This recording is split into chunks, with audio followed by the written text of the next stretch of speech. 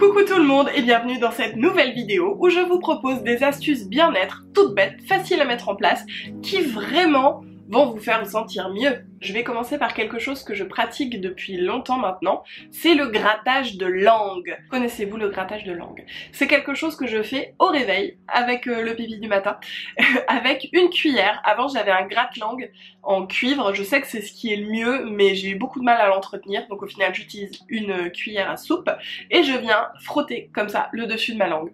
Pas énormément, hein, juste un petit coup un peu, je la rince, je refais une fois et ça vient enlever toute cette pâte un peu blanche qui peut y avoir le matin sur la langue. Il faut savoir que ce sont en gros des toxines rejetées par le corps et que du coup les enlever, eh bien ça engendre déjà une meilleure haleine et puis tout simplement une meilleure hygiène buccale. C'est une petite astuce toute bête mais qui je trouve vraiment permet de se sentir plus frais dès le matin. On continue le matin avec un verre d'eau et du jus de citron. Je pense que vous avez déjà entendu ça. C'est parfait pour réveiller en douceur votre corps et nettoyer un petit peu le foie. Donc l'eau, il faut pas qu'elle soit froide puisque le corps il est en moyenne à 37 degrés. Donc si on vient lui ramener de l'eau très fraîche le matin comme ça le réveille et ça lui fait pas du bien. Donc on dit en général de l'eau tiède ou en tout cas à température ambiante. Moi personnellement je ne peux pas boire d'eau tiède donc à température ambiante c'est très bien.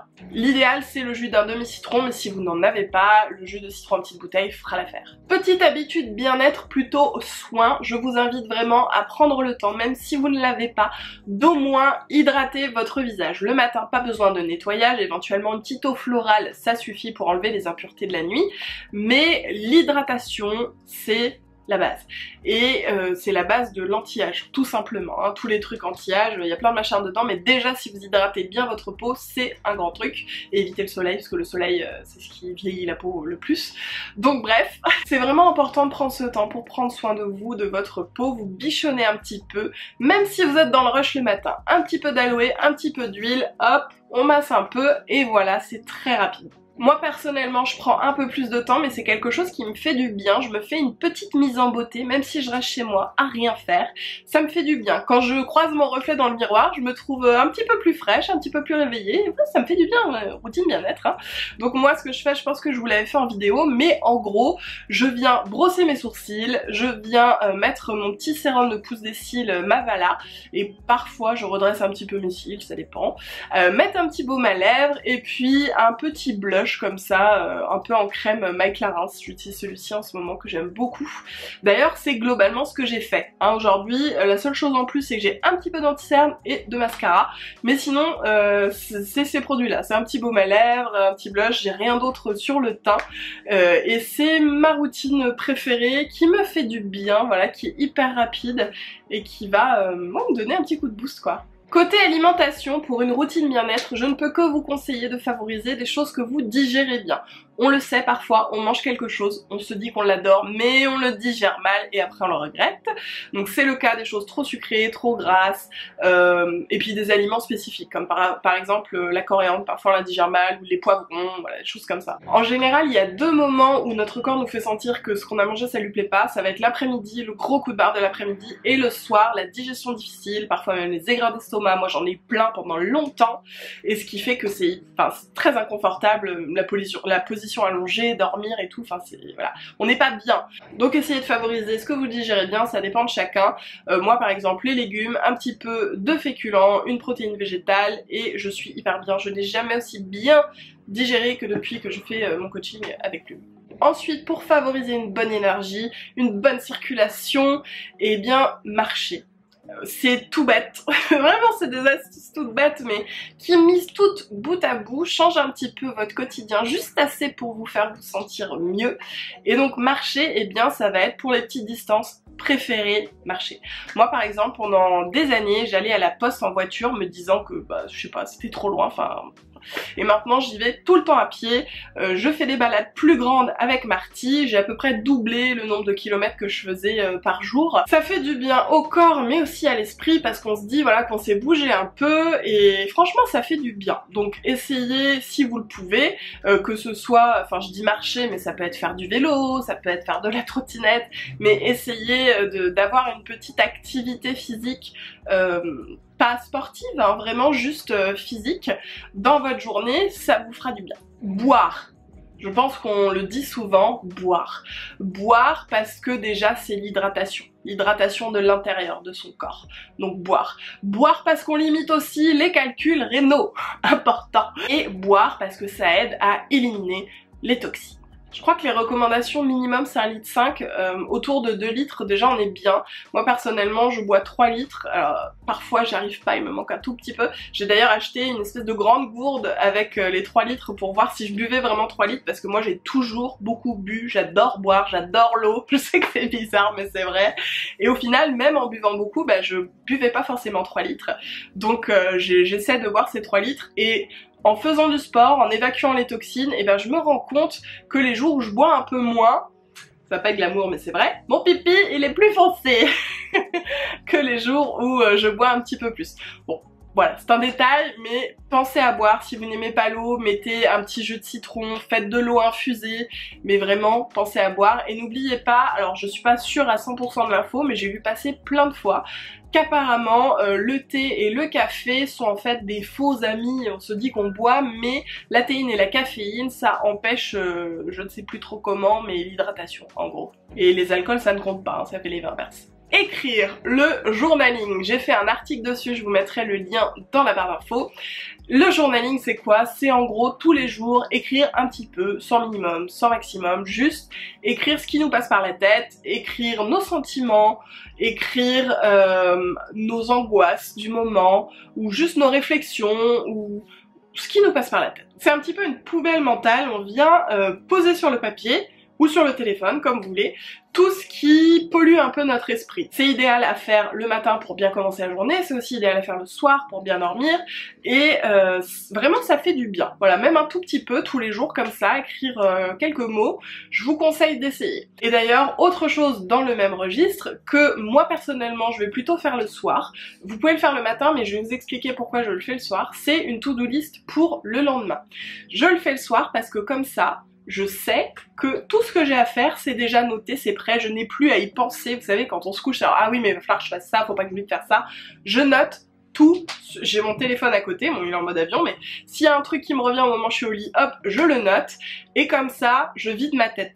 Et je sais exactement le lendemain ce que je dois faire. Pour ça, j'utilise une application Trello qui est vraiment bien. J'ai différentes to-do list. J'ai aujourd'hui, cette semaine, et puis après j'ai d'autres trucs. Et je trouve vraiment que ça participe à mon calme mental. Tout à l'heure je vous parlais du visage, mais pensez aussi à prendre soin de votre corps. Je vous en ai parlé dans d'autres vidéos, je sais, moi je l'ai entendu pendant 30 ans sans le faire, donc je sais qu'il suffit pas de le dire, mais vraiment essayez. Essayez ne serait-ce qu'une semaine de prendre soin de votre corps, vous allez voir la différence et vous allez vous dire que ça vaut vraiment le coup. Déjà c'est se prendre du temps pour soi, se créer une petite bulle cocooning, et en plus, il y a des vrais résultats. La peau est tellement plus douce. Et si vous faites en plus du brossage à sec, et ben quand vous vous épilez, vous avez moins de poils incarnés. Moi j'ai moins aussi, vous savez, j'ai des petits boutons ici, j'en ai moins. La peau elle est plus repulpée. Parfois aussi ça peut aider avec la cellulite. Enfin franchement, bon, bien que c'est normal d'avoir de la cellulite, hein, je tiens à le rappeler, toutes les femmes en ont. Je dis que ça peut aider dans le sens où ça se voit un peu moins, où ça lisse un peu plus certains endroits.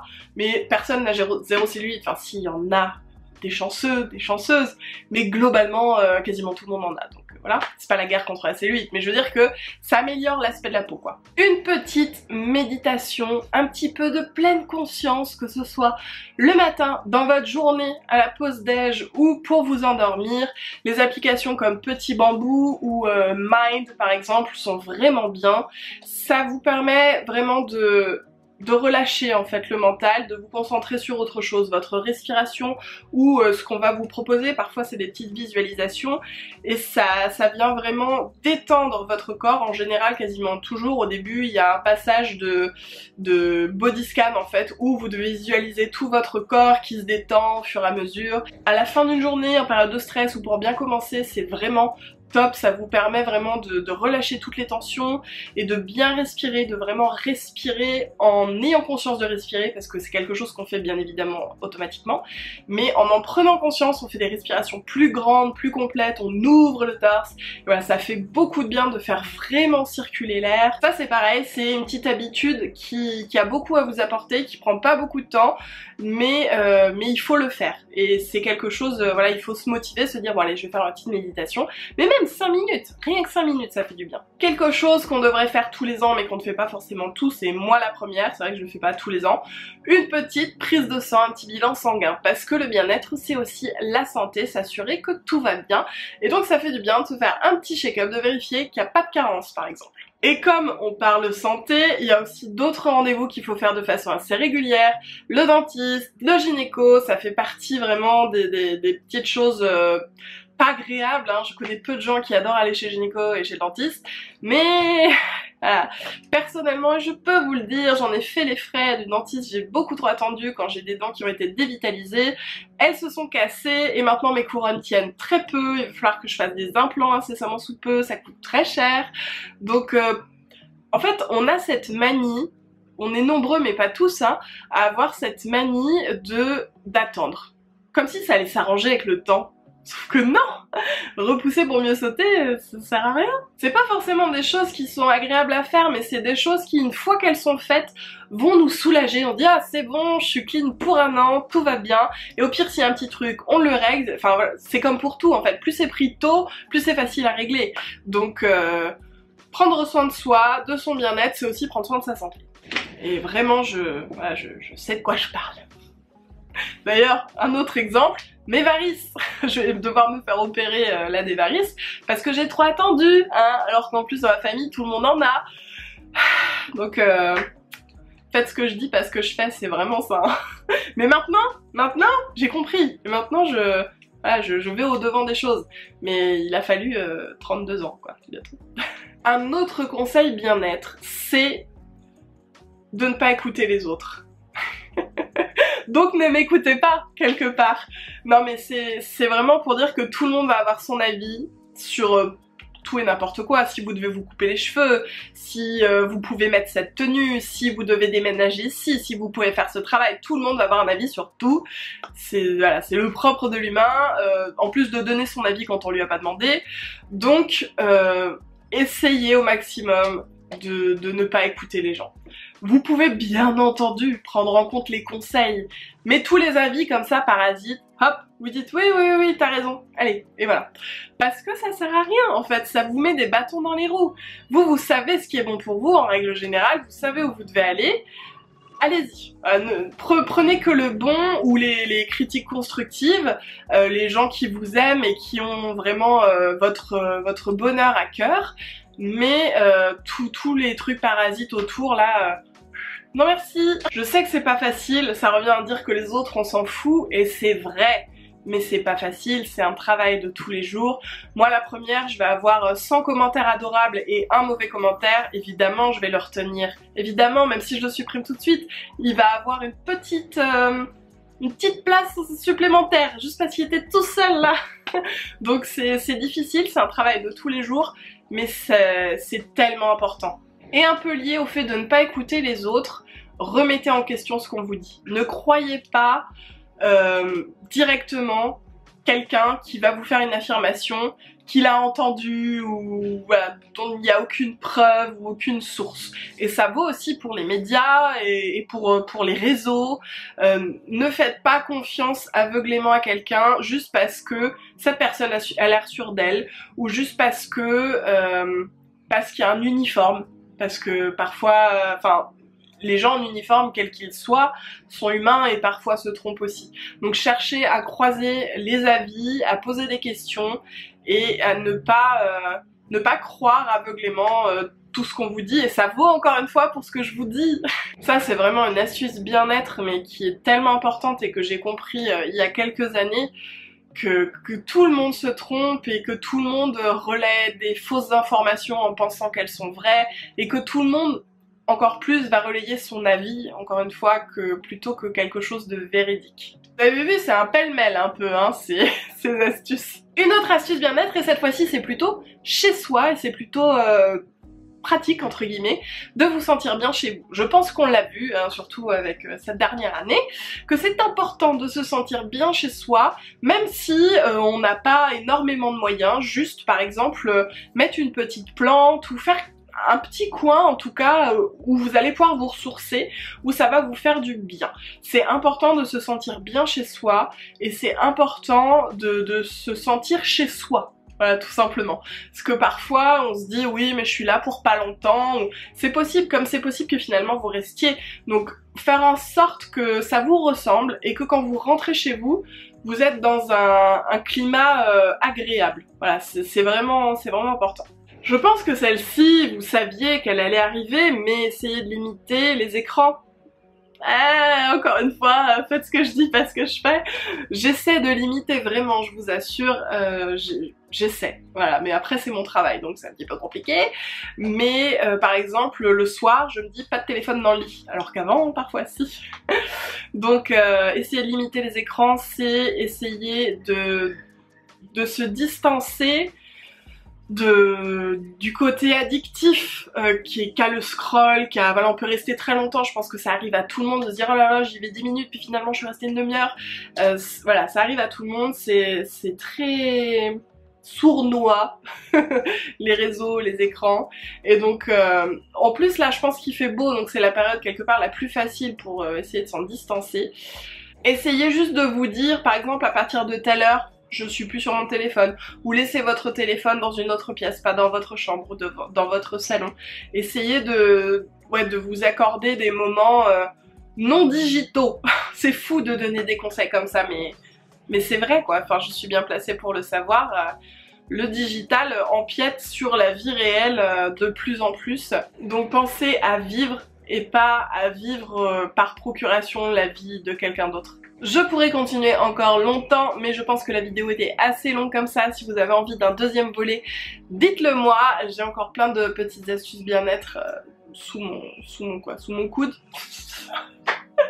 Bref, j'espère que la vidéo vous a plu. J'avais envie d'infuser un petit peu de bien-être comme ça avec des petits tips. Et du coup, eh bien, je vous fais des gros bisous et je vous dis à très vite dans la prochaine.